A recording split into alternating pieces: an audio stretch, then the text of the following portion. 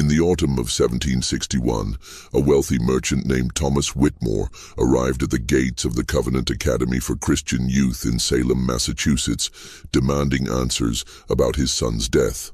What he discovered within those hallowed halls would shake the very foundations of colonial society and expose a methodical system of brutality that had operated in plain sight for nearly 3 decades. The Fletcher family, Headmaster Josiah, his wife Martha, and their son Samuel, had built their reputation on providing superior Christian education to the children of New England's elite. But behind the academy's pristine facade of biblical instruction and moral discipline lay a calculated program of psychological and physical torment that claimed the lives of 89 young souls. The truth about the Covenant Academy would remain buried for centuries, concealed by powerful families who had too much to lose until now. Documents discovered in 1987 during the renovation of Salem's Old North Church revealed the extent of a conspiracy that reached the highest levels of colonial government. Letters written in cipher, financial records detailing payments for experimental educational methods, and most disturbing of all, detailed medical observations of students subjected to what the Academy termed intensive spiritual correction, a euphemism for torture techniques that would later be employed throughout the American colonies. The Fletcher Academy's influence extended far beyond its ivy-covered walls. Former students who survived the institution's brutal methods would go on to become judges, military officers, and colonial administrators, carrying with them an intimate understanding of how fear and pain could be used to control human behavior. The Academy's techniques would resurface during the Revolutionary War, the Indian Wars, and even in the early development of American prison systems. Before we unveil the dark secrets of Salem's most prestigious academy, this story isn't for everyone, only for those brave enough to confront the depths of human cruelty disguised as righteousness. If you're ready to join our community of true mystery seekers who dare to explore the shadows of American history, hit that subscribe button and let us know in the comments what state you're listening from. The truth we're about to reveal has been hidden for over 2 centuries, and it will change how you view the foundations of our nation. Now let's step back to 1734, when the nightmare began in a community still haunted by its own dark past. Massachusetts Bay Colony in the 1730s represented the pinnacle of Puritan civilization in the New World. Yet beneath its veneer of religious devotion lay currents of paranoia and control that would prove fertile ground for the Fletcher Academy's sinister experiments. Salem, once synonymous with hysteria and accusations of witchcraft, had transformed itself into a bustling center of religious orthodoxy and intellectual achievement. The town's narrow cobblestone streets, still stained with memories of the witch trials from 4 decades past, now bustled with merchants whose ships brought wealth from the Caribbean, shipbuilders whose craftsmanship was renowned throughout the colonies, and scholars whose interpretations of scripture influenced religious thought from Boston to Charleston. The psychological scars of the witch trials had never fully healed.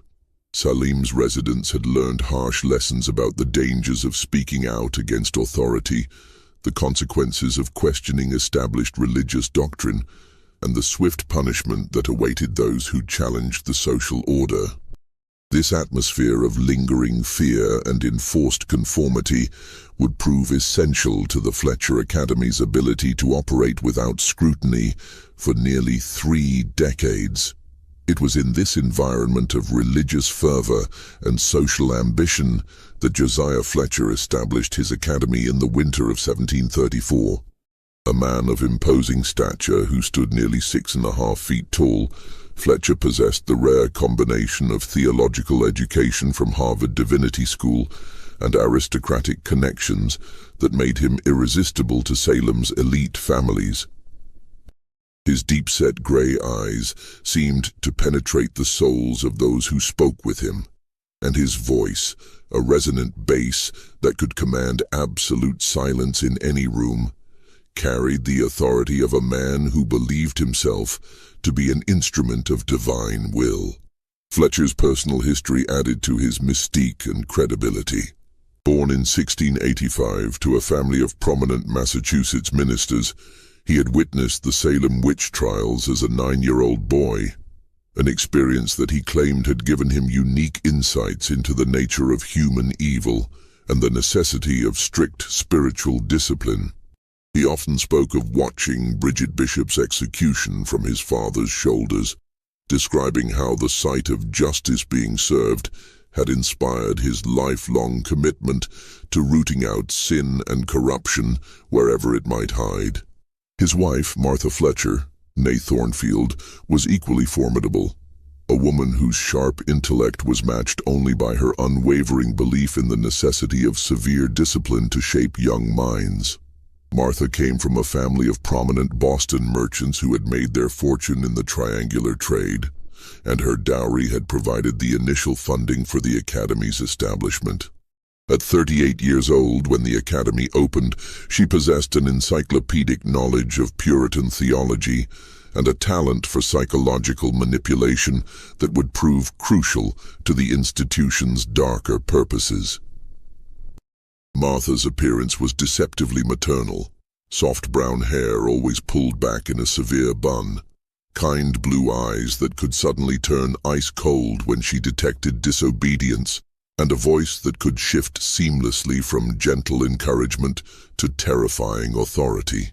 She had studied the writings of Increase Mather and Cotton Mather extensively, and her interpretation of their teachings on child rearing emphasized the complete breaking of a child's will as a prerequisite for spiritual salvation. Their son Samuel, 23 years old when the Academy opened, had inherited his parents' commanding presence and their uncompromising vision of Christian education. Tall and lean like his father, with his mother's piercing blue eyes and an intellect sharpened by years of intensive theological study, Samuel served as the Academy's chief disciplinarian and the primary implementer of its most extreme corrective measures. He had spent 3 years studying at Yale College, where he had been exposed to the latest developments in moral philosophy and pedagogy, knowledge that he would later apply in developing the Academy's systematic approach to breaking human resistance. Samuel's role in the Academy's operations extended beyond simple discipline. He maintained detailed records of each student's response to various forms of pressure, documenting their breaking points, their methods of resistance, and the most effective techniques for overcoming their psychological defenses. His journals, written in a careful hand and filled with clinical observations, would later provide crucial evidence of the Academy's true purpose. The Covenant Academy occupied a sprawling estate on the outskirts of Salem, positioned strategically on a hill that overlooked the town while remaining sufficiently isolated to conduct its operations without interference. The property had belonged to William Phipps, a wealthy merchant who had fled Massachusetts during the witch trials after his wife was accused of witchcraft. The abandoned estate, with its reputation for being cursed, had been available for purchase at a fraction of its actual value, allowing the Fletchers to acquire a facility far grander than their initial funding would normally have allowed. The main academic building, constructed of red brick imported from England, rose 3 stories high, with its windows arranged in perfect symmetry that reflected the Puritan obsession with order and control. The structure's most striking feature was its central tower, which housed a bell cast in London and inscribed with verses from Ecclesiastes about the value of discipline and correction. The bell's bronze surface bore a patina that gave it an ominous dark green color, and its sound, a deep, mournful tone that could be heard for miles, called students to prayer 7 times daily, from dawn until well after sunset. The interior of the main building reflected the Fletchers' commitment to both education and intimidation.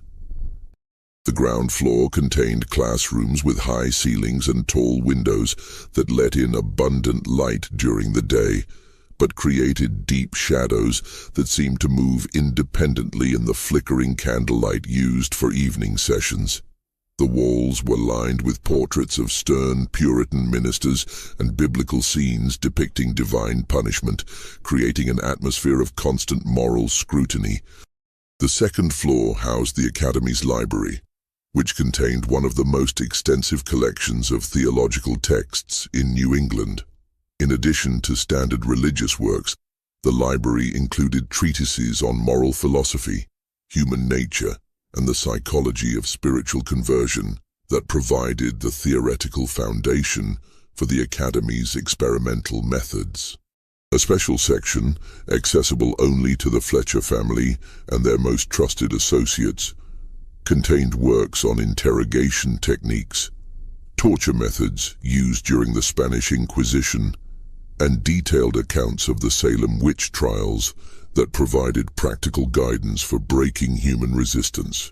The third floor contained the Fletchers' private quarters and a series of small rooms used for what they termed individual spiritual counseling.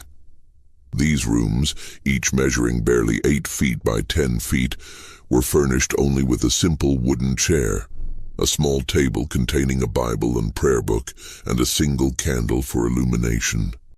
The walls were painted white and decorated with passages from Scripture that emphasized themes of judgment, punishment, and the necessity of complete submission to divine authority. Dormitories flanked the compound's eastern and western sides, housing 35 students in conditions that balanced comfort with institutional control. Each dormitory contained 18 beds arranged in perfect rows, with students assigned roommates based on a complex system that took into account their family backgrounds, academic abilities, and psychological profiles. The dormitories were supervised by older students who had proven their loyalty to the Academy's methods and who served as informants, reporting on any signs of rebellion or independent thinking among their younger peers. The Academy's chapel, built in the stark Puritan style with plain glass windows and unadorned wooden pews, dominated the northern end of the grounds. The building's most distinctive feature was its pulpit, carved from a single piece of oak and elevated nearly 8 feet above the congregation to emphasize the minister's authority over his audience. The chapel's acoustics were designed to amplify every word spoken from the pulpit, while making whispered conversations among the congregation clearly audible to anyone standing at the front of the room. Behind the chapel lay the Academy's cemetery, a small plot surrounded by a wrought iron fence that would eventually contain 89 small headstones bearing the names of students who had died during their enrollment. The cemetery's location, visible from most of the dormitory windows, served as a constant reminder to students of the potential consequences of failing to meet the Academy's expectations. The most sinister aspect of the Academy's physical plant lay hidden beneath the main building. The basement, carved from the estate's original stone foundation, contained a series of chambers that the Fletchers euphemistically termed reflection rooms. These spaces, varying in size from tiny cells barely large enough for a grown man to lie down to larger chambers that could accommodate multiple occupants, were designed specifically for the implementation of the Academy's most extreme disciplinary measures. The Fletcher family marketed their institution as a sanctuary of learning, where young Christian gentlemen would be molded into leaders of tomorrow's colonial society. Their promotional materials, distributed to wealthy families throughout New England, promised a curriculum that combined classical education with intensive biblical study, supervised by instructors who had studied at Harvard and Yale. The Academy's tuition, nearly £100 per year, cost more than most families earned in 2 years. ensuring that only the children of merchants, ministers, and colonial officials could afford enrollment. This exclusivity was not merely a matter of prestige, it was essential to the Academy's true purpose. The children of elite families possessed certain characteristics that made them ideal subjects for the Fletchers' experiments. They were accustomed to privilege and comfort, making them more susceptible to the psychological impact of deprivation and harsh treatment. Their family connections provided protection from outside scrutiny, as parents were reluctant to admit that their children might be suffering abuse at such a prestigious institution. Most importantly, these students represented the next generation of colonial leadership, and their conditioning at the Academy would influence their approach to governance and social control throughout their adult lives. From the Academy's first year, the Fletchers implemented what they termed biblical discipline, a system of correction supposedly based on Old Testament principles, but actually derived from torture techniques developed during the Spanish Inquisition and refined through careful study of the Salem witch trials. Students who arrived each September quickly learned that minor infractions could result in hours of forced kneeling on rough wooden floors, memorization of entire biblical books under threat of severe punishment for any errors, or confinement in the Academy's reflection chambers, where boys were left alone with nothing but bread, water, and scripture to contemplate their sins. The Academy's daily routine was designed to maintain constant psychological pressure on its students while creating an appearance of normal educational activity for any outside observers. Students rose at 5 o'clock each morning to the sound of the chapel bell and began their day with an hour of silent prayer in the chapel. Breakfast consisted of simple fare, porridge, bread, and weak beer, consumed in complete silence, while one of the Fletcher family members read passages from Scripture, emphasizing themes of obedience, suffering, and divine judgment. O Evento Sombrio, October 15, 1734, marked the first death at the Covenant Academy, though it would take decades before anyone understood its true significance as the beginning of a systematic program of human experimentation disguised as religious education. 14-year-old Benjamin Hartwell, son of a prosperous Salem shipbuilder whose vessels carried goods throughout the Atlantic trade routes, was found dead in his dormitory bed on a cold Tuesday morning, when the first frost of winter had settled over Massachusetts like a shroud of impending doom. Benjamin had arrived at the Academy 6 weeks earlier, full of enthusiasm for his educational opportunities and eager to make his family proud. His father, Cornelius Hartwell, had built his shipping empire through careful planning and attention to detail, qualities he hoped his son would develop through exposure to the Fletchers' rigorous academic program. The family had paid the Academy's substantial tuition without hesitation, viewing it as an investment in Benjamin's future as a leader in colonial society. The boy's first weeks at the Academy had proceeded according to plan. Benjamin excelled in his Latin studies, demonstrated a remarkable memory for biblical passages, and showed the kind of intellectual curiosity that his teachers praised as evidence of a keen mind destined for great achievements. His letters home, written in a careful hand and filled with expressions of gratitude for the opportunity to study at such a prestigious institution, gave his parents no reason for concern. The incident that led to Benjamin's death began on October 12th, during the Academy's evening prayer service in the chapel. As the students knelt on the hard wooden floor for what was scheduled to be a 30-minute session of silent contemplation, Benjamin committed what would prove to be a fatal error. He smiled. The expression, barely perceptible to his fellow students, but clearly visible to Samuel Fletcher, who was monitoring the chapel from his position near the altar, was triggered by a memory of his younger sister's attempts to imitate their mother's stern expressions during family prayers.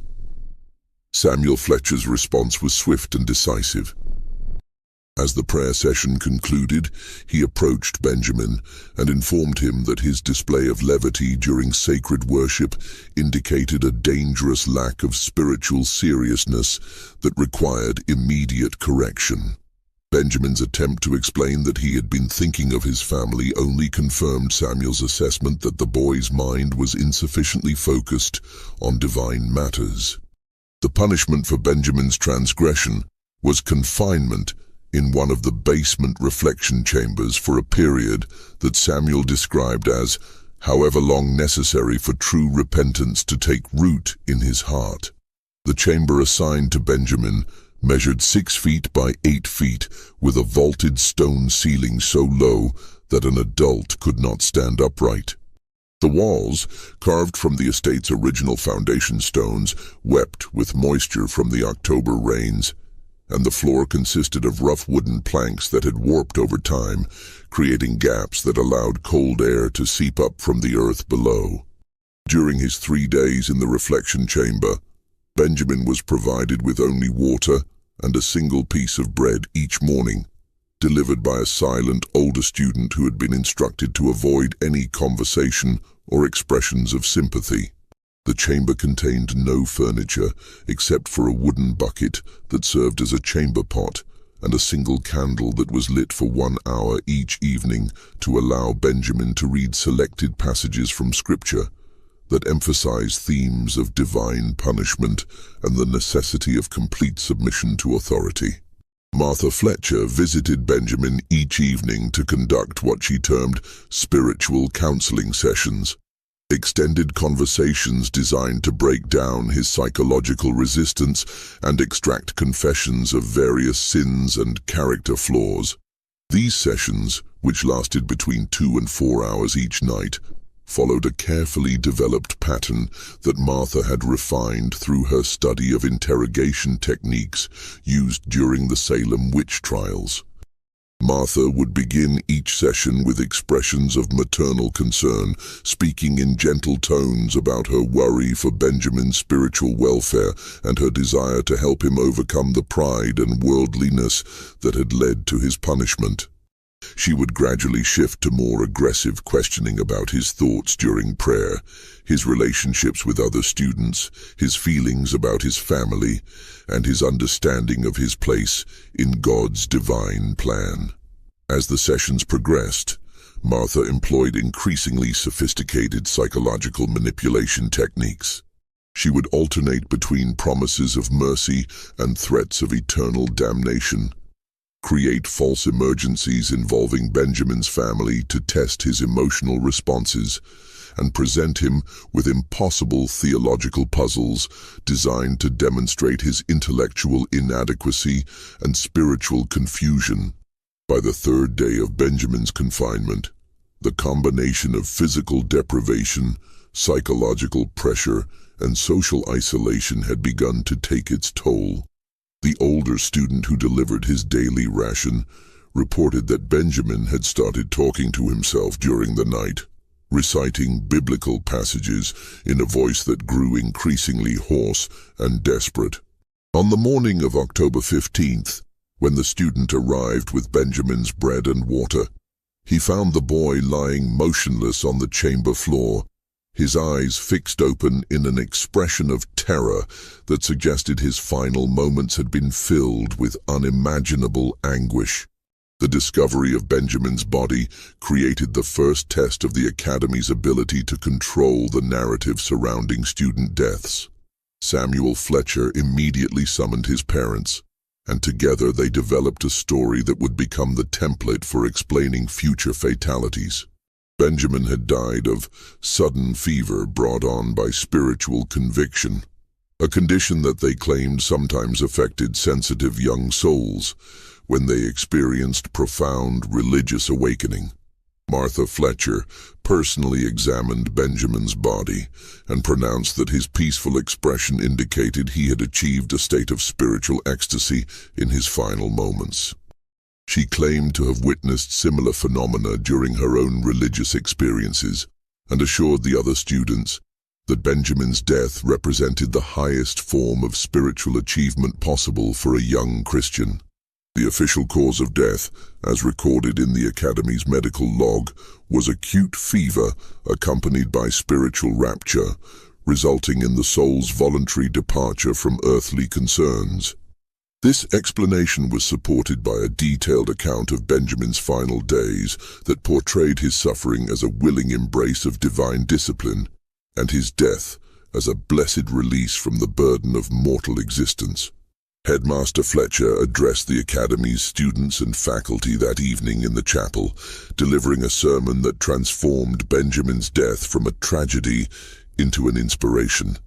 Standing at the elevated pulpit with the autumn wind rattling the windows behind him, Fletcher spoke of the blessed nature of Benjamin's transition and the lesson it provided for all who witnessed it. Young Master Hartwell has received the greatest gift our Lord can bestow upon a faithful servant, Fletcher declared, his voice carrying the authority that had made him one of the most respected religious figures in Massachusetts. He has been called home at the moment of his greatest spiritual purity, when his soul had been purified through suffering and made worthy of immediate entrance into heaven's glory.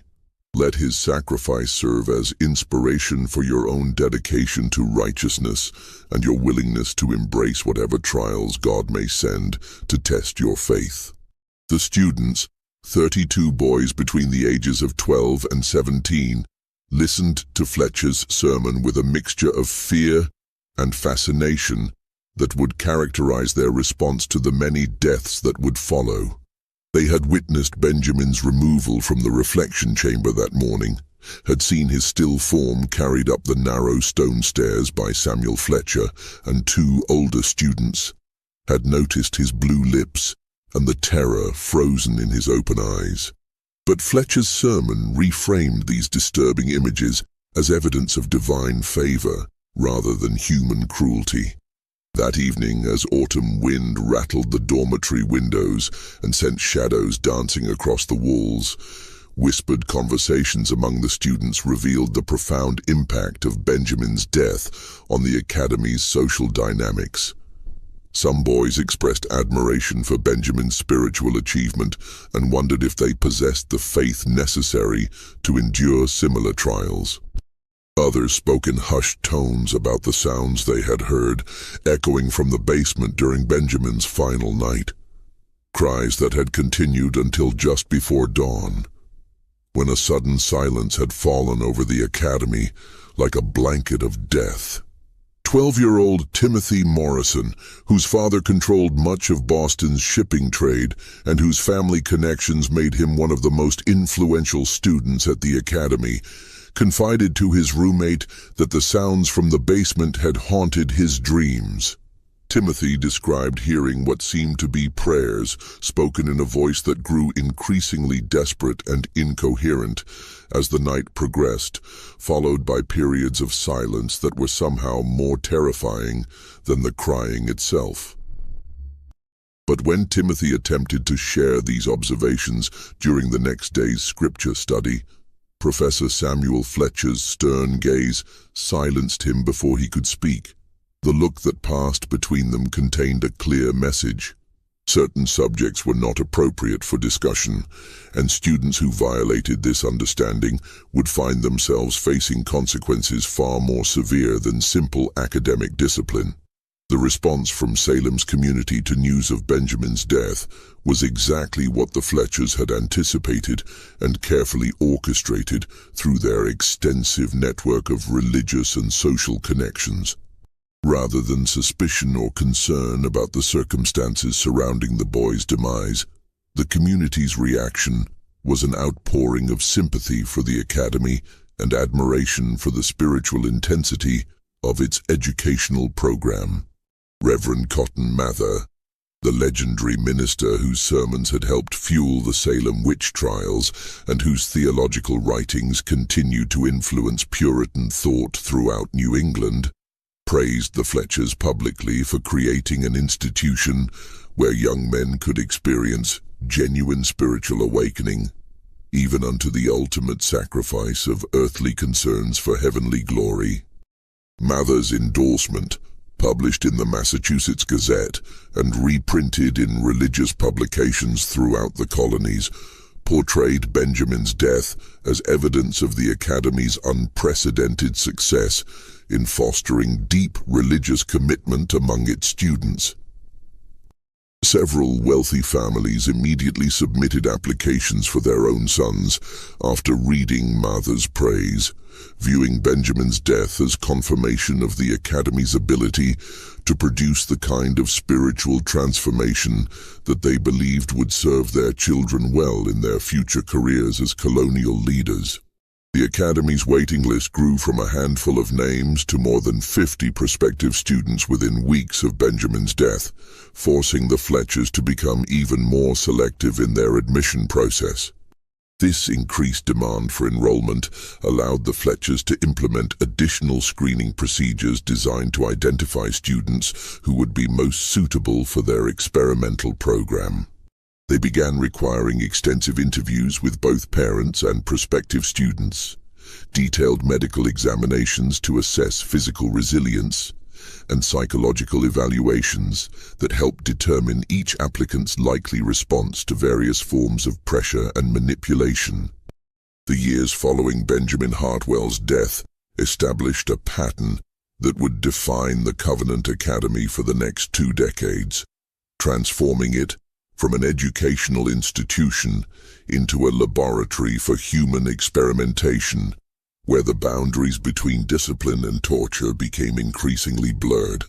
Deaths occurred with disturbing regularity, never more than 6 in a single year to avoid attracting unwanted attention, never fewer than 2 to maintain the experimental program's momentum. The Academy's enrollment remained constant at 35 students, as new arrivals quickly replaced those who had graduated to heavenly glory, as Martha Fletcher delicately phrased it in her correspondence with parents. This careful management of numbers allowed the Fletchers to maintain the appearance of a stable educational institution while ensuring a steady supply of test subjects for their increasingly sophisticated experiments in psychological and physical coercion. Each death followed a similar trajectory that became more refined with experience. A student would commit some minor transgression, speaking out of turn during prayers, failing to complete scripture memorization within the allotted time, showing insufficient enthusiasm during chapel services, expressing homesickness or doubt about religious doctrine, and would be sentenced to intensive reflection in the basement chambers. The duration of these punishments varied based on factors that the Fletchers carefully documented: the student's family background, his physical constitution, his psychological profile, and the specific experimental protocol being tested. The basement chambers themselves evolved during this period from simple confinement spaces into sophisticated torture facilities designed to test different variables in the breaking of human resistance. The Fletchers expanded the underground complex, adding chambers of varying sizes and configurations, each designed to produce specific psychological and physical effects on their occupants. The smallest chambers, measuring barely 4 feet by 6 feet with ceilings only 5 feet high, were used for experiments in claustrophobia and spatial disorientation. Students confined in these spaces quickly developed acute anxiety, followed by panic attacks, and eventually complete psychological breakdown, as their minds struggled to cope with the inability to stand upright or move freely. Larger chambers, some measuring 12 feet by 15 feet, were used for isolation experiments designed to test the effects of prolonged sensory deprivation. These rooms were painted completely black and contained no furniture except for a wooden bucket and a single straw mattress that was often removed to force subjects to sleep on the cold stone floor. The most sophisticated chambers incorporated features designed to create specific forms of psychological pressure. Some contained sloped floors that made it impossible to lie down comfortably, forcing occupants to remain in awkward positions that gradually wore down their physical and mental resistance. Others had walls that gradually tapered inward, creating an illusion that the space was slowly shrinking and triggering intense claustrophobic responses. Martha Fletcher developed increasingly elaborate protocols for her spiritual counseling sessions, which served as the psychological component of the Academy's experimental program. These sessions, conducted in specially designed rooms on the third floor of the main building, employed techniques that she had derived from her extensive study of interrogation methods used during the Spanish Inquisition and the Salem witch trials. Martha's approach involved creating detailed psychological profiles of each student, identifying their specific fears, attachments, and sources of emotional vulnerability. She would then systematically exploit these weaknesses through a combination of false information, emotional manipulation, and carefully orchestrated psychological pressure designed to produce complete mental breakdown. For students who showed strong attachments to their families, Martha would create elaborate deceptions involving fake letters describing family tragedies, financial ruin, or moral scandals. Students with academic ambitions were told that their families had disowned them for failing to meet expectations at the academy. Those who expressed religious doubts were convinced that they had committed unforgivable sins that would damn them to eternal suffering regardless of their future behavior. Samuel Fletcher's role in the Academy's operations expanded during this period as he took responsibility for documenting the experimental program's results and developing new techniques based on their findings. His journals, written in a careful hand and filled with clinical observations, recorded detailed information about each student's response to various forms of physical and psychological pressure. Samuel's documentation included precise measurements of how long different students could survive under various conditions, what combination of deprivation and psychological pressure produced the most rapid psychological breakdown, and which techniques were most effective at extracting confessions or compliance from resistant subjects. His work represented some of the earliest systematic research into torture techniques conducted in the American colonies, and his findings would later be distributed to colonial officials responsible for dealing with political dissidents and criminal suspects. By 1740, the Academy had perfected its system of documentation and public relations. Martha Fletcher maintained meticulous records of each student's spiritual journey, including detailed descriptions of their final moments that invariably portrayed death as a blessed release from earthly suffering. These records, bound in leather volumes and stored in the Academy's library, served as both historical documentation and marketing materials for prospective families. The Academy's public image was carefully cultivated through a network of alumni, parents, and religious leaders who'd been convinced of the institution's value through various means. Former students who survived their experience at the Academy carried with them a profound understanding that speaking about their experiences would result in consequences far worse than death. This understanding was reinforced through periodic visits from Samuel Fletcher, who would appear at alumni gatherings to renew old friendships and remind former students of their ongoing obligations to maintain the Academy's reputation. Parents who had lost children at the Academy received regular correspondence from Martha Fletcher, including anniversary letters on the dates of their sons' deaths that celebrated the spiritual significance of their sacrifice. These letters often included small mementos, pressed flowers from the Academy's gardens, copies of biblical passages that their sons had supposedly been studying at the time of their death, or sketches of the peaceful expressions that Martha claimed to have witnessed on their faces in their final moments. The surviving students developed their own methods of coping with the academy's deadly routine, creating an underground culture of mutual support and shared survival strategies. They learned to recognize the signs that preceded selection for intensive reflection, the subtle hardening of Samuel Fletcher's expression during classroom discussions, the way Martha Fletcher's fingers would drum against her prayer book during chapel services, the particular tone Headmaster Fletcher used when discussing spiritual purification during his sermons. Most importantly, they learned absolute silence about what they witnessed.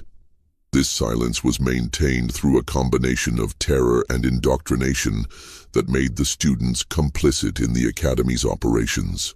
Boys who survived their years at the academy understood that their continued existence depended on their willingness to participate in a system that regularly claimed the lives of their classmates. The academy's reputation continued to grow throughout the 1740s, even as whispers occasionally surfaced in Salem's taverns and marketplaces.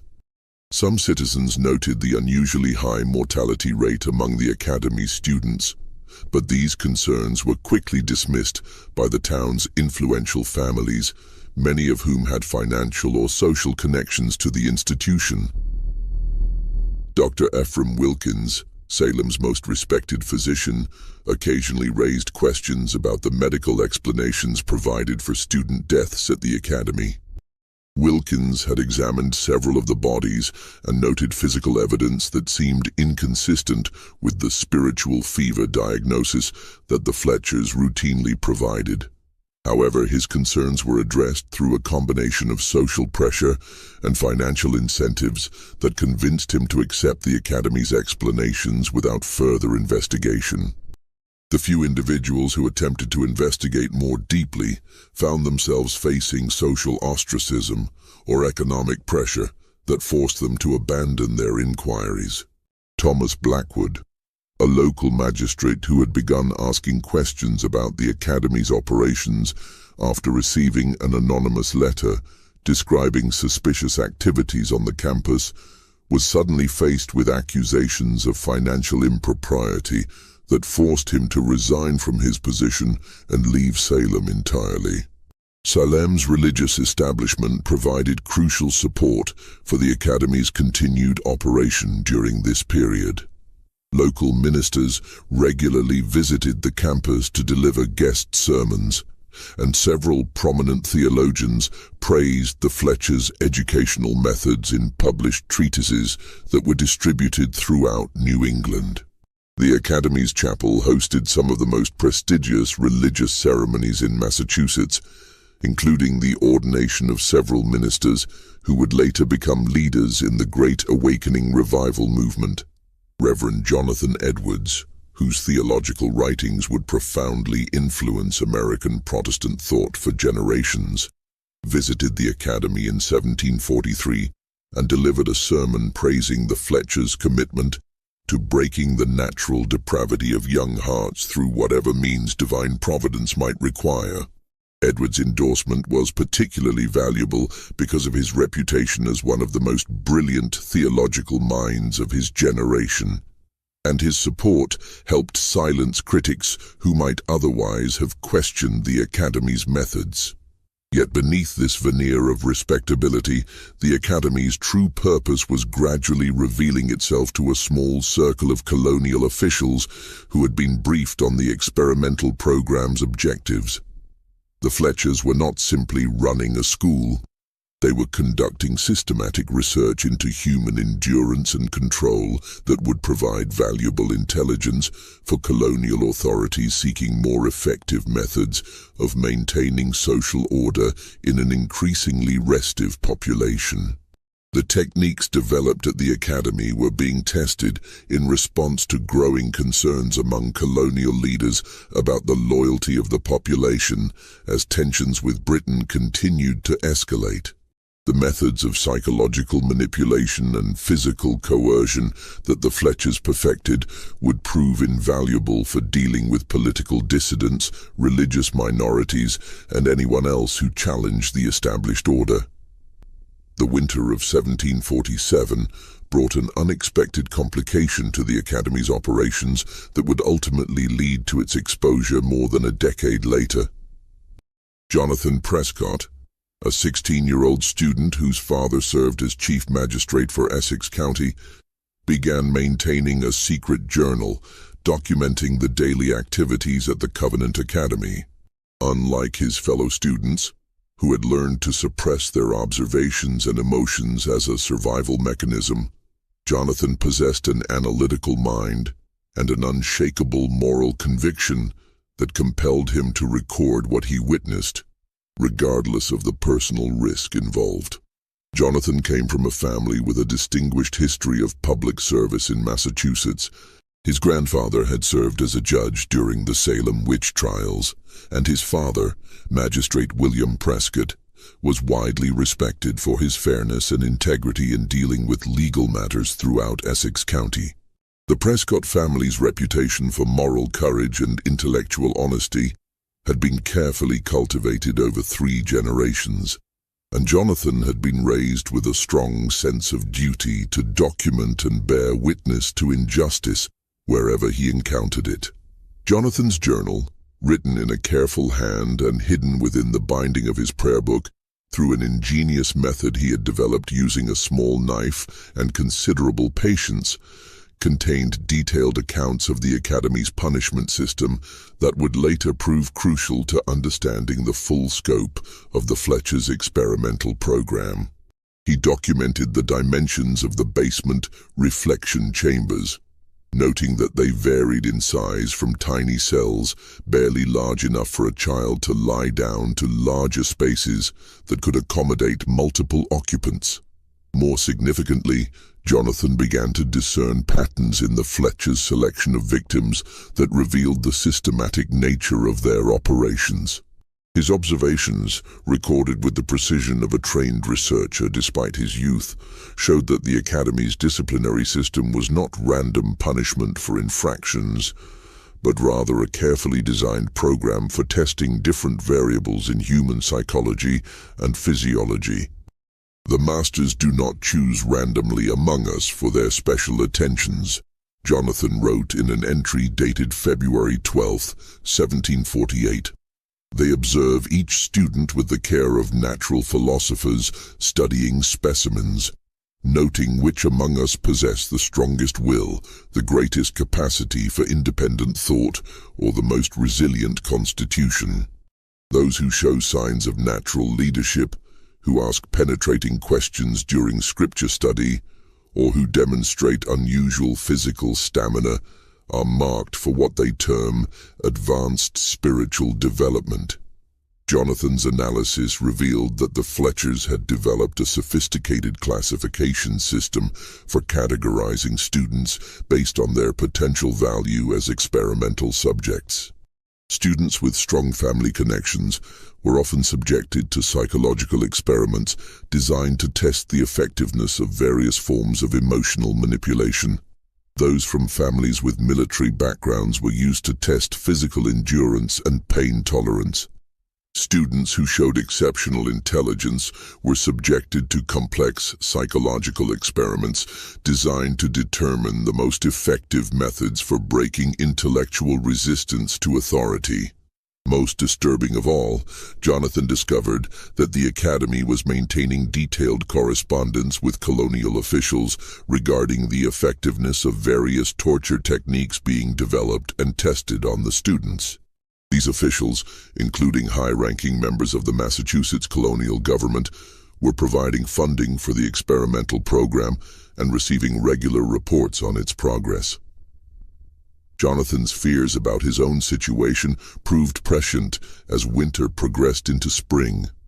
By March of 1748, he noticed that Samuel Fletcher had begun singling him out during classroom discussions, asking increasingly complex theological questions designed to trap him in statements that could be construed as heretical or rebellious. These questions, which appeared to be normal academic exercises to other students, were actually carefully crafted tests designed to assess Jonathan's psychological profile and determine his suitability for specific experimental protocols. Martha Fletcher, meanwhile, had started requiring Jonathan to spend additional hours in private prayer, ostensibly to help him overcome what she termed intellectual pride and spiritual arrogance. These sessions, conducted in one of the third-floor counseling rooms, allowed Martha to conduct preliminary psychological evaluations that would inform the design of more intensive interventions if Jonathan was selected for the experimental program.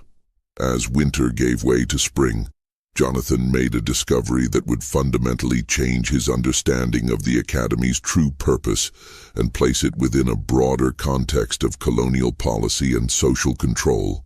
While cleaning the headmaster's office as punishment for a minor infraction, arriving 2 minutes late to morning chapel, he discovered a locked cabinet containing correspondence between Josiah Fletcher and various colonial officials throughout New England.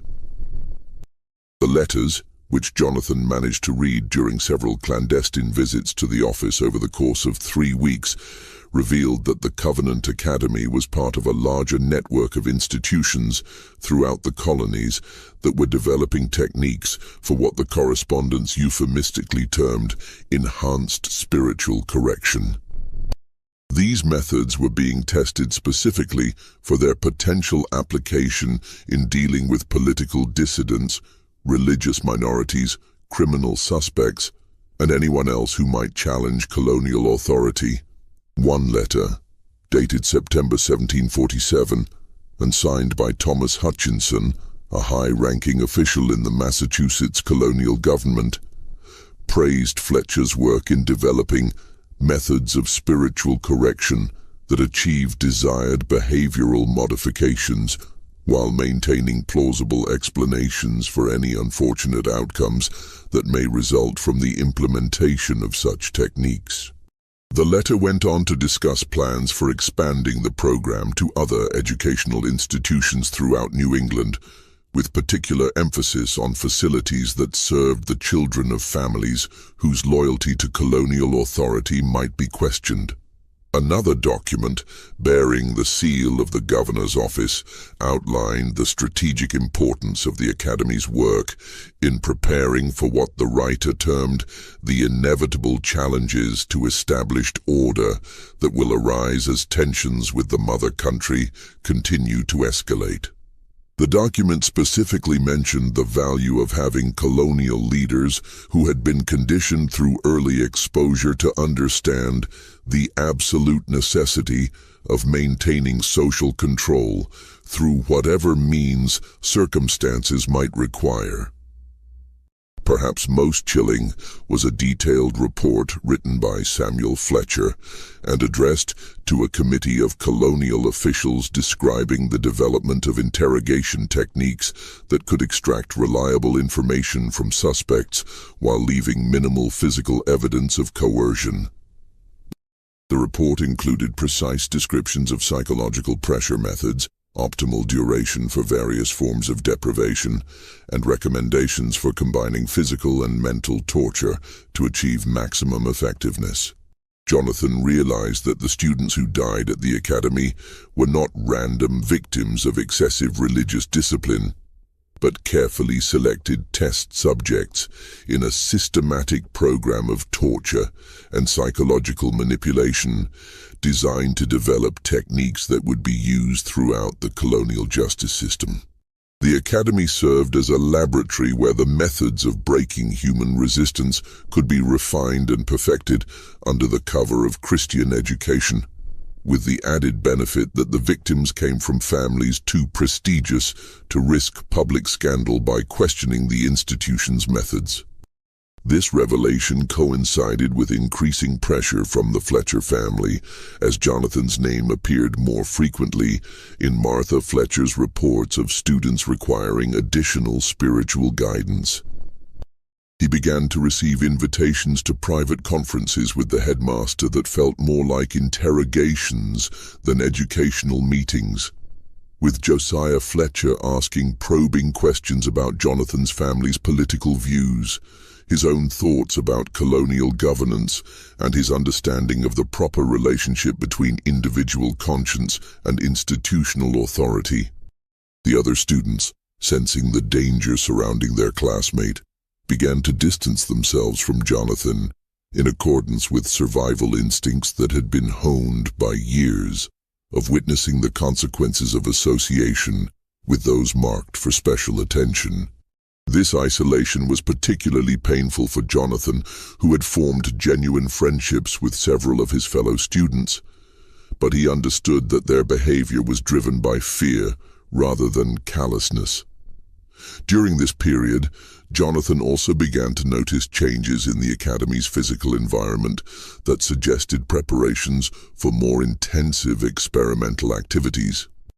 New equipment appeared in the basement chambers, including restraints, measuring devices, and what appeared to be medical instruments. The reflection chambers themselves were modified with improved ventilation systems that would allow for longer periods of confinement, and several new rooms were excavated from the foundation stones to accommodate expanded experimental protocols. The tension reached a breaking point in early April 1748, when Jonathan was discovered reading in the Academy's library after official study hours. The book he was reading, a treatise on natural philosophy by John Locke, that questioned certain aspects of Puritan theology and emphasized the importance of individual reason in moral decision-making, provided Samuel Fletcher with the justification he needed to recommend Jonathan for intensive spiritual correction. The selection process that followed revealed the sophisticated bureaucracy that the Fletchers had developed to manage their experimental program. Jonathan's case was reviewed by all three family members, each of whom contributed assessments based on their area of expertise. Josiah Fletcher evaluated Jonathan's potential as a political threat, considering his family background and the likelihood that he might use knowledge gained at the academy to challenge colonial authority in the future. Martha Fletcher assessed his psychological profile, determining which experimental protocols would be most effective in breaking his resistance while providing valuable data about the limits of intellectual subjects. Samuel Fletcher reviewed the physical evidence of Jonathan's transgression and recommended specific disciplinary measures that would serve both punitive and experimental purposes. The decision to subject Jonathan to intensive reflection was made during a family conference on April 17, 1748, with the understanding that his case would provide crucial data about the effectiveness of their techniques when applied to subjects with strong intellectual capabilities and significant family connections. The Fletchers were particularly interested in testing whether their methods could successfully convert someone with Jonathan's background into a reliable supporter of their program, potentially creating a valuable asset within the colonial magistracy. The night of April 18, 1748, would become the turning point in the Covenant Academy's dark history, though it would take more than a decade for the full implications to become clear. As Jonathan Prescott was led down the stone steps to the basement reflection chamber, he carried with him not only his hidden journal, but also a desperate plan that had been weeks in the making and would eventually expose the Academy's true nature to the outside world. Jonathan had spent considerable time preparing for this moment, understanding that his selection for intensive reflection was inevitable given his family background and his growing reputation as someone who asked too many questions. His preparation involved both physical conditioning, secretly exercising to build stamina and practicing techniques for remaining conscious under extreme stress, and strategic planning that took advantage of his unique position as the son of Essex County's chief magistrate. Over the previous months, Jonathan had established a sophisticated communication system with his father through coded messages embedded in his regular letters home.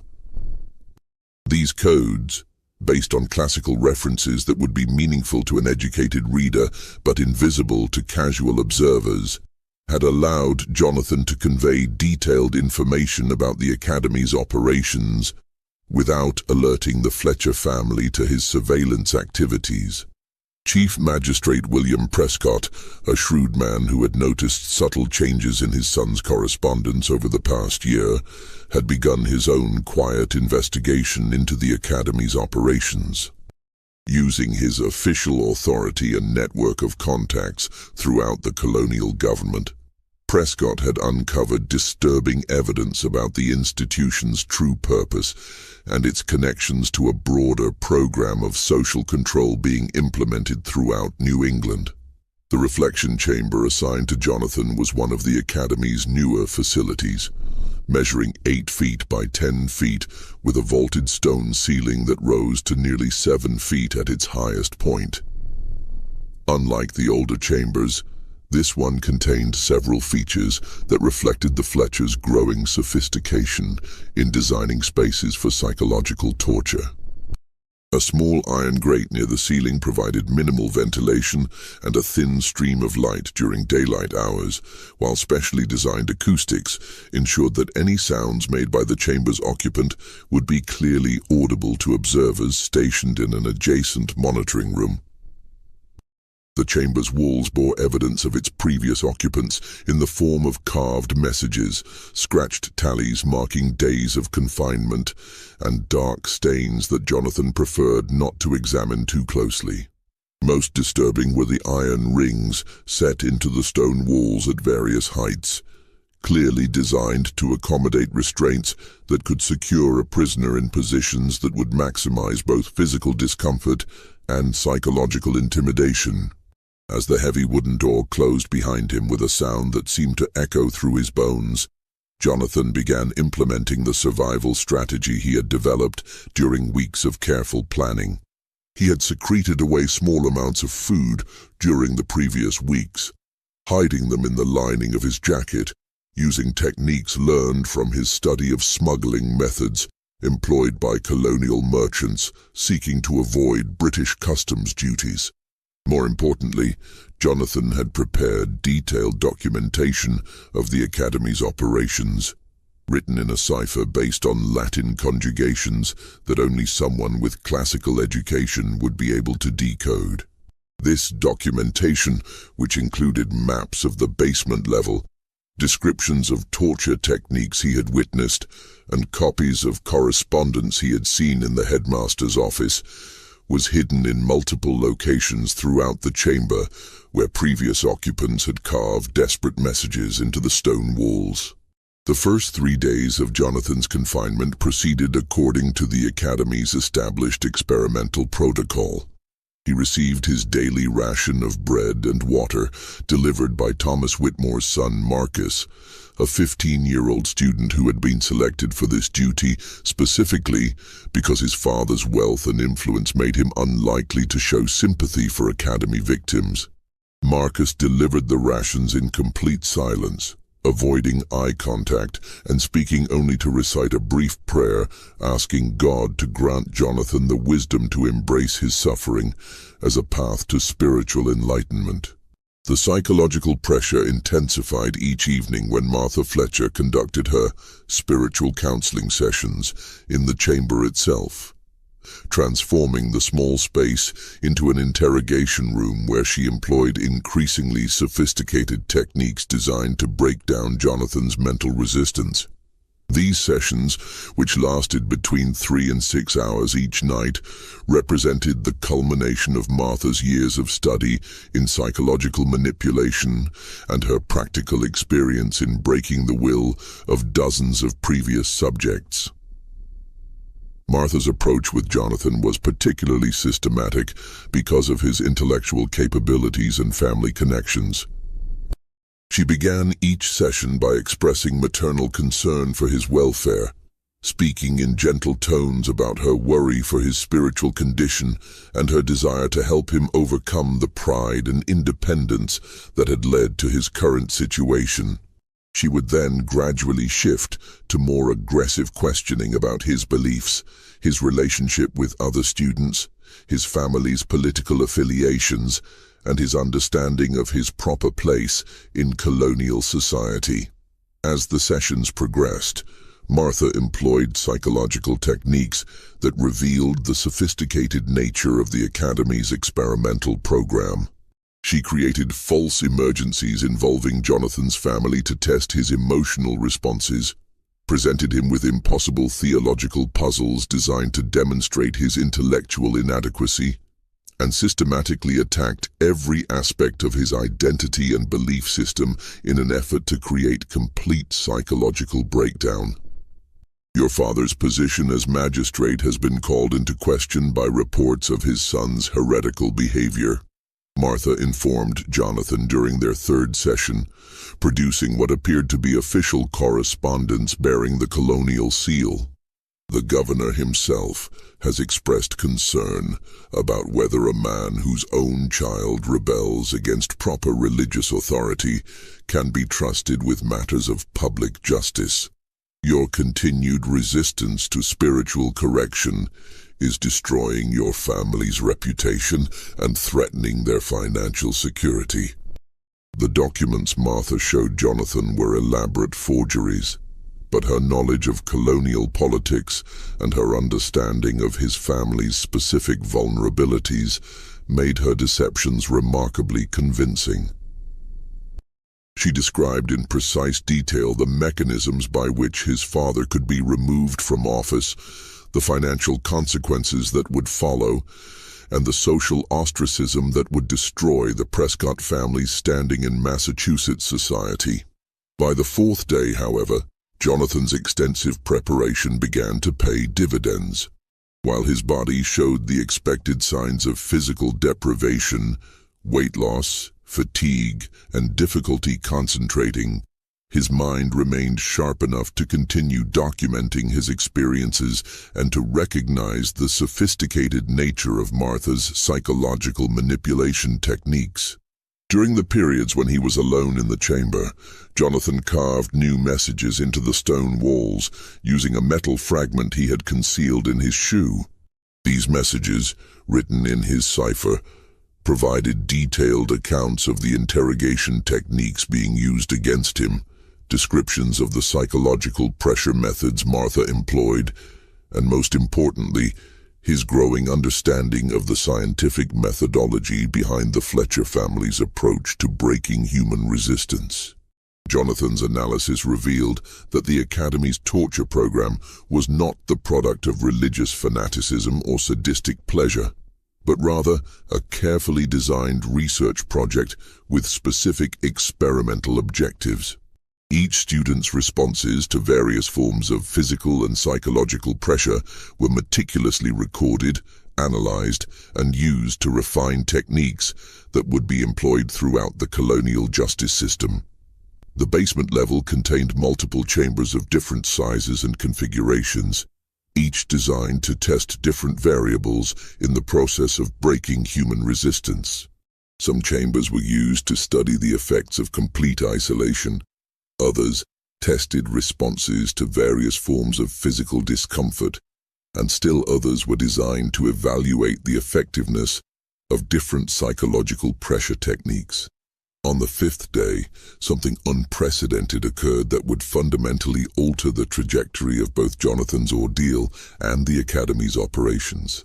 Chief Magistrate Prescott arrived at the Academy unannounced, accompanied by 2 armed constables and bearing official documents that gave him authority to conduct an immediate inspection of the facility in response to concerns raised by reliable sources regarding the welfare of students enrolled at this institution. Prescott's unexpected visit created chaos in the normally regimented schedule of the Academy as the Fletcher family scrambled to maintain their facade while concealing the true nature of their operations. The presence of armed constables in particular sent a clear message that this was not a social visit or routine inspection, but rather an official investigation that could not be dismissed through the usual methods of social pressure and political influence. The magistrate's arrival had been carefully timed to coincide with the period when Jonathan would normally be receiving his evening ration. allowing Prescott to demand immediate access to his son, while the Fletchers were still adjusting to the unexpected disruption of their routine. This timing was not accidental. Jonathan's coded messages had provided his father with detailed information about the Academy's daily schedule and the optimal moment for intervention. Josiah Fletcher's attempt to delay the magistrate's access to Jonathan by claiming that the boy was engaged in intensive prayer and meditation that should not be interrupted was met with a blunt refusal and a reminder that Prescott's authority superseded any religious considerations the Academy might invoke. The magistrate's insistence on immediate access, backed by the visible presence of armed law enforcement officers, forced the Fletchers to abandon their usual tactics of manipulation and delay. This disruption provided Jonathan with an opportunity he had been waiting for throughout his 5 days of confinement.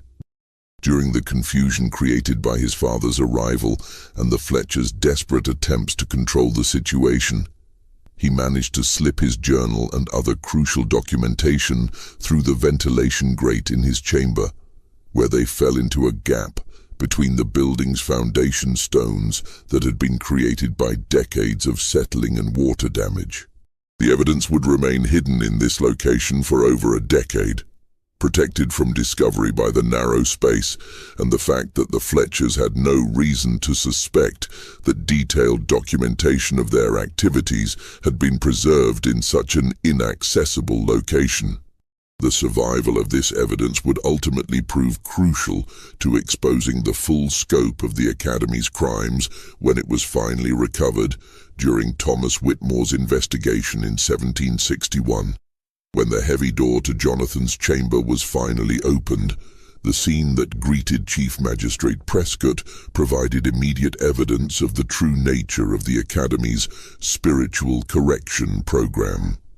Jonathan, despite his careful preparation and strong constitution, showed clear signs of systematic abuse, significant weight loss, evidence of sleep deprivation, and psychological stress that was obvious even to casual observation. More damning was the condition of the chamber itself, which bore clear evidence of its use as a torture facility rather than a space for religious reflection.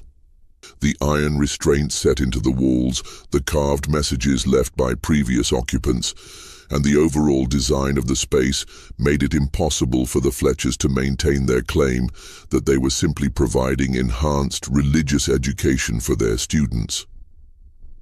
The confrontation that followed between Magistrate Prescott and the Fletcher family would expose the Academy's operations in ways that neither side had anticipated, setting in motion events that would ultimately lead to the institution's destruction, but only after claiming dozens more victims over the following 13 years.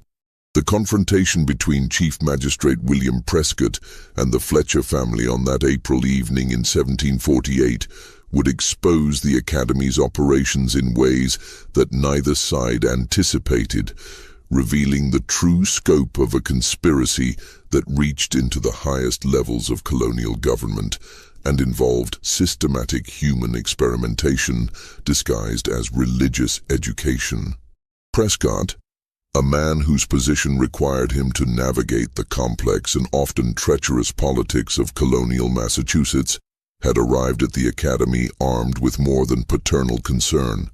He carried with him evidence of the institution's true purpose that would force the Fletchers to reveal the full extent of their operations or face immediate prosecution for crimes that could result in their execution.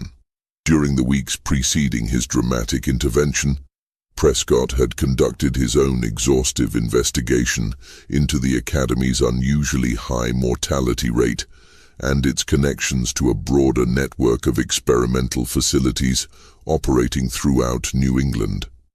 Using his authority as chief magistrate and his extensive network of contacts within the colonial government, he had uncovered correspondence, financial records, and witness testimony that painted a disturbing picture of systematic torture and murder conducted under the cover of religious education. Prescott's investigation had revealed that the Covenant Academy was part of a larger program developed by colonial officials in response to growing concerns about maintaining social control in an increasingly restive population. As tensions with Britain continued to escalate and reports of rebellion and dissent multiplied throughout the colonies, colonial leaders had become convinced that traditional methods of law enforcement and social control were insufficient to meet the challenges they faced. The experimental program that included the Fletcher Academy was designed to develop more effective techniques for breaking individual resistance to authority, extracting information from suspected dissidents, and creating psychological conditioning that would ensure long-term compliance with governmental directives. The choice to use elite educational institutions as testing grounds for these techniques was particularly cynical, as it provided perfect cover for the experimental program, while ensuring that the children of the most influential families in colonial society would be conditioned to accept authoritarian methods of control. When Magistrate Prescott confronted Josiah Fletcher in the headmaster's office that evening, the conversation quickly moved beyond concerns about Jonathan's immediate welfare to a broader discussion of the Academy's relationship with colonial authorities and its role in what Fletcher termed the development of enhanced methods for maintaining social order in challenging times. Fletcher, realizing that his operations had been discovered by someone with both the authority and the evidence necessary to expose them, made a calculated decision to reveal the full scope of the program in an attempt to convince Prescott that destroying the Academy would be contrary to his own interests as a colonial official. The headmaster's gambit was based on his understanding that Prescott, like all magistrates in Massachusetts, ultimately depended on the colonial government for his authority, and that challenging the experimental program would be tantamount to challenging the entire system of colonial governance. "Your son has been selected for our most advanced curriculum, Magistrate Prescott," Fletcher explained, his voice carrying the same authority that had commanded respect throughout Salem for over a decade. "The techniques we have developed here through careful experimentation have proven invaluable to maintaining order throughout the colonies. Jonathan's intelligence, strong will, and family connections make him an ideal subject for our final phase of research into psychological modification and behavioral control." Fletcher went on to explain that the Academy's program had been developed in direct response to directives from the highest levels of colonial government, including Governor Jonathan Belcher himself, and members of the Massachusetts Council who were responsible for maintaining British authority in the face of growing colonial resistance.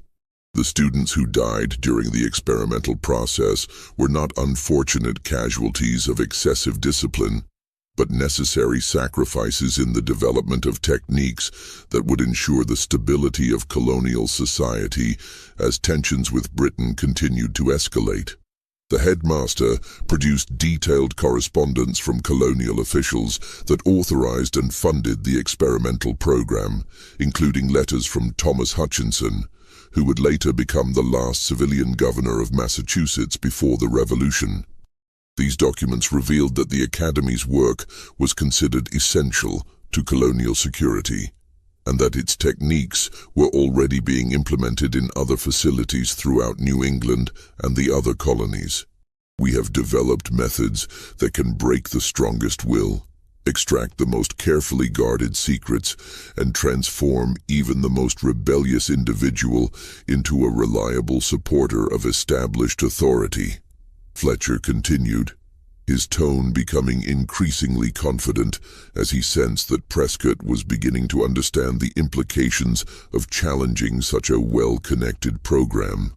"Your son's resistance to our initial techniques has provided valuable data about the limitations of our current methods and the need for more intensive approaches." Martha Fletcher joined the conversation at this point, bringing with her the detailed record she had maintained of Jonathan's responses to various forms of pressure during his 5 days of confinement. Her documentation revealed the sophisticated nature of the Academy's experimental protocols and the systematic approach they had developed to studying human psychology under extreme stress. "We have catalogued your son's reactions to isolation, deprivation, psychological manipulation, and physical discomfort," Martha explained, her voice clinical and detached as she reviewed the data she had collected. "His responses indicate an unusually strong psychological constitution that makes him an ideal candidate for our most advanced experimental protocols. We believe that successfully breaking someone of his intellectual capabilities and family background would provide crucial insights into how to handle similar cases among the colonial leadership." Martha's records revealed that the Fletchers had developed a comprehensive classification system for categorizing their experimental subjects based on psychological profiles, family backgrounds, and physical characteristics. Students from military families were used to test pain tolerance and physical endurance. Those from merchant families were subjected to psychological experiments involving false information about financial ruin and social disgrace.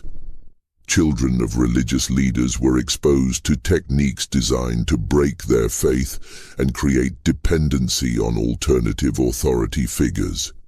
Most disturbing of all was the revelation that the Academy maintained detailed correspondence with similar institutions throughout the colonies, sharing experimental results and coordinating research protocols to ensure that the most effective techniques were identified and disseminated to colonial officials responsible for law enforcement and social control.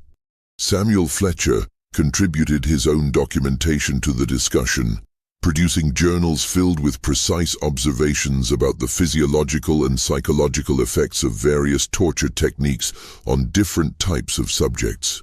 His work represented some of the earliest systematic research into what would later be recognized as psychological warfare and behavioral modification, conducted with the ruthless precision of a natural philosopher studying laboratory specimens. "We have determined the optimal duration for various forms of deprivation, the most effective combinations of physical and psychological pressure, and the precise methods for breaking resistance without leaving evidence that would compromise our operations," Samuel explained, his tone reflecting the pride he took in his scientific achievements. "Your son's case has allowed us to test our most advanced techniques against a subject with exceptional intellectual and psychological resources." The true horror of the Fletcher Academy was not simply the deaths of 89 students over the course of 14 years, but the systematic development of torture and psychological manipulation techniques that were being employed against countless other victims throughout the colonial period.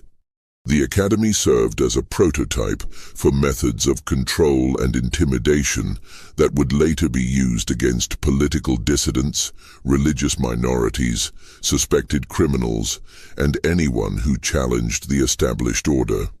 Chief Magistrate Prescott found himself facing an impossible choice that would define the remainder of his career and his family's future in Massachusetts. He could expose the Academy's operations and potentially save his son, but doing so would also reveal his own knowledge of a program that enjoyed the support of the colonial government's highest officials. The experimental program represented a significant investment of both financial resources and political capital, and Prescott's position as magistrate depended on his willingness to support the broader system of social control that the Academy represented. The negotiation that followed would determine not only Jonathan's immediate fate, but also the future direction of the Academy's operations and the magistrate's own survival in the complex political environment of colonial Massachusetts. Fletcher offered to release Jonathan immediately and ensure that no member of the Prescott family would ever be subjected to similar treatment, but only in exchange for the magistrate's continued silence and his active cooperation in expanding the experimental program to other institutions throughout Essex County. "You have two choices, magistrate," Fletcher stated with calm certainty. "You can attempt to expose our operations and find yourself facing charges of treason against the colonial government, or you can accept the reality of your situation and work with us to ensure that these valuable techniques are employed in service of maintaining order throughout your jurisdiction.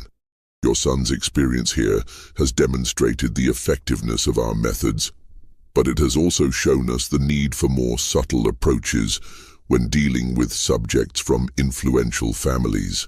Prescott's response to this ultimatum would establish a precedent that would eventually lead to the Academy's downfall, though not before it claimed dozens more victims and established techniques that would haunt American law enforcement and military operations for generations to come. The magistrate agreed to Fletcher's terms with one crucial modification that would ultimately prove to be the Academy's undoing. He demanded written documentation of his agreement with the Fletcher family, including detailed records of the experimental program and its official authorization. This documentation, which Fletcher provided in an attempt to ensure Prescott's continued cooperation, would eventually fall into the hands of Thomas Whitmore during his investigation 13 years later, providing the evidence necessary to expose the full scope of the Academy's crimes and its connections to the broader colonial conspiracy. The final chapter of the Fletcher Academy story began in the winter of 1761, when Thomas Whitmore's investigation into his son's death uncovered evidence that would finally expose the institution's true nature and reveal the extent of a conspiracy that had claimed nearly a century of young lives, while developing techniques of torture and control that would influence American history for generations to come. Whitmore, a wealthy merchant whose shipping empire had made him one of the most powerful men in New England, possessed both the financial resources and the political connections necessary to challenge the Academy's operations in ways that previous parents had been unable or unwilling to attempt. Whitmore's son, Marcus, had died at the Academy in November 1760, reportedly from the same sudden fever brought on by spiritual conviction that had claimed so many students before him. But unlike other parents who had accepted the Fletcher family's explanations with varying degrees of suspicion and grief, Whitmore approached his son's death with the analytical mindset of a successful businessman who had built his fortune through careful investigation and strategic planning. The merchant's initial suspicions were aroused by subtle inconsistencies in the Academy's account of Marcus's final days, including medical details that seemed implausible to someone with Whitmore's extensive experience in maritime medicine and his knowledge of the physical effects of various diseases and conditions. More importantly, Whitmore had received a letter from his son just 3 days before Marcus's death that described the Academy's operations in terms that contradicted the official explanation of voluntary spiritual discipline and religious enthusiasm. Marcus's letter, written in careful language that avoided direct criticism of the Academy while conveying detailed information about its operations, described a system of punishment and control that bore no resemblance to the educational environment that the Fletchers promoted in their public communications. The letter mentioned students who had disappeared after being selected for special spiritual guidance, described the sounds that echoed from the basement during nighttime hours, and expressed concern about the Academy's true purpose in terms that suggested Marcus had begun to understand the danger he faced. Armed with this evidence and driven by a father's grief that had transformed into cold determination, Whitmore hired a team of private investigators with experience in both colonial law enforcement and commercial intelligence gathering.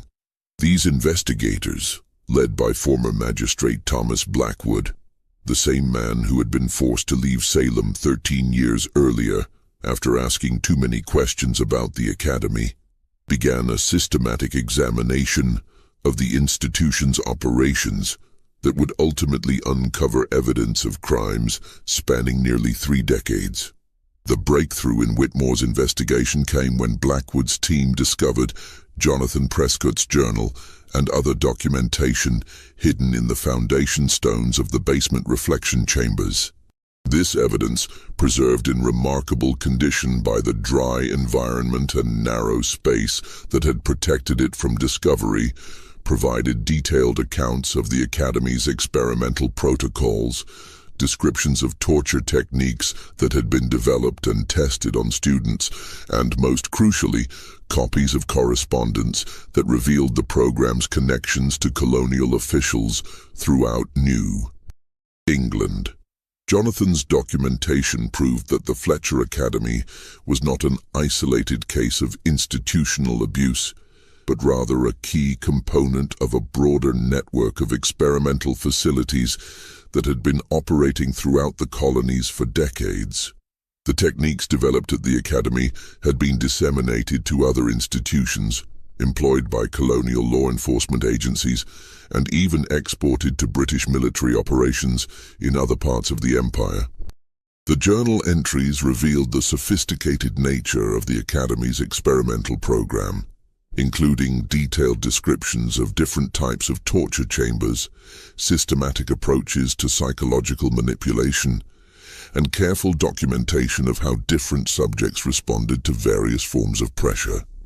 Most damning of all were Jonathan's transcriptions of correspondence between the Academy and colonial officials that explicitly authorized the experimental program and provided funding for its continued operation. Armed with this evidence, Whitmore was able to build a case against the Fletcher family that extended beyond simple criminal charges to include treason against the British Crown.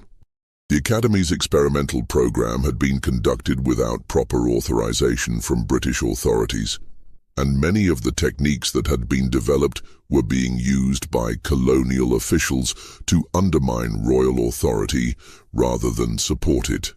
The exposure of the Academy's operations created a crisis for the Massachusetts colonial government, which found itself forced to choose between supporting an illegal experimental program that had operated without British knowledge or approval and maintaining its relationship with royal authorities who were increasingly suspicious of colonial loyalty. The decision to abandon the Fletcher family and cooperate with British investigators represented a significant shift in colonial policy and would have far-reaching consequences for the relationship between colonial and royal authorities in the years leading up to the Revolution. The investigation that followed Whitmore's revelations uncovered evidence of similar programs operating at institutions throughout New England, including several schools, seminaries, and even some churches that had been conducting experiments in human psychology and control under various forms of cover. The network of facilities was more extensive than anyone had suspected, involving hundreds of officials and affecting thousands of victims over the course of several decades. Josiah Fletcher was arrested in February 1762 on charges that included murder, torture, treason, and conspiracy against the crown. However, he died in custody before his trial could begin, reportedly from a heart attack brought on by the stress of his confinement, though some contemporary accounts suggested that his death was orchestrated to prevent him from revealing the full extent of the experimental program and its connections to colonial officials. Martha Fletcher and her son Samuel were convicted of multiple charges related to the deaths of students at the Academy, but their trials were conducted in secret to prevent public exposure of the experimental program's true scope. Both were executed quietly in the spring of 1762. with official records indicating that they had died of natural causes while serving prison sentences for educational malpractice. The Covenant Academy was officially closed in March 1762, and its buildings were demolished by order of the colonial government to prevent them from becoming a shrine to the victims of the experimental program. The demolition was conducted by workers who had been sworn to secrecy about the true nature of the buildings they were destroying, and the site was subsequently sold to a local farmer who reportedly refused to plant crops on the land where the academy had stood. The farmer, Ezekiel Morrison, later told his neighbors that the soil in the area where the academy's basement had been located was cursed by the innocent blood that had been spilled there, and that attempts to grow crops in that soil resulted in plants that grew in twisted, unnatural shapes before dying prematurely. Morrison eventually converted the entire property into pasture land, claiming that even his livestock avoided the area where the academy's buildings had once stood. The records of the Academy's operations were officially sealed by order of the colonial government, with access restricted to a small number of officials who were responsible for ensuring that similar programs did not resurface in the future. Families who had lost children at the institution were compensated for their losses through a fund established by the colonial government, but only in exchange for their continued silence about the experimental program and their agreement not to discuss their experiences with any outside parties. This conspiracy of silence proved remarkably effective, ensuring that the true story of the Fletcher Academy remained hidden for over 2 centuries. The few contemporary accounts that survived were dismissed as exaggerated tales of institutional abuse, and the Academy's connection to broader experimental programs was successfully concealed from public knowledge. However, the legacy of the Fletcher Academy extended far beyond the 89 students who died within its walls during its 28 years of operation. The techniques that were developed and tested at the institution would later be employed by both British and American forces during the Revolutionary War, with former students of the Academy serving as military officers who brought their knowledge of psychological warfare and interrogation methods to the battlefield. Variations of the Academy's techniques would resurface during various conflicts throughout American history, including the Indian Wars, the Civil War, and even in the development of psychological warfare methods used during World War I and World War II.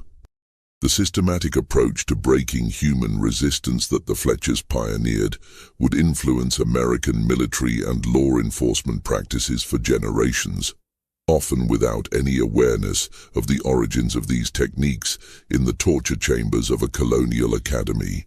The investigation conducted by Thomas Whitmore also revealed that several other institutions throughout the colonies had been conducting similar experimental programs, suggesting that the Fletcher Academy was merely the most visible example of a much larger network of facilities engaged in developing techniques for psychological and physical control.